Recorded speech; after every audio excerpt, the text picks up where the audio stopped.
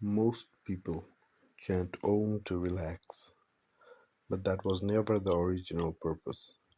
Om isn't for peace, Om is for realignment. It breaks inner contradiction. When your mind pulls one way and your body another, Om resets the signal. The secret is in the vibration placement. Start at the belly, rise through your chest, end at skull. Mm. This isn't sound, it's alignment of three selves. A waking up, you dreaming, deep mind. Don't chant Om for comfort, chant Om for command.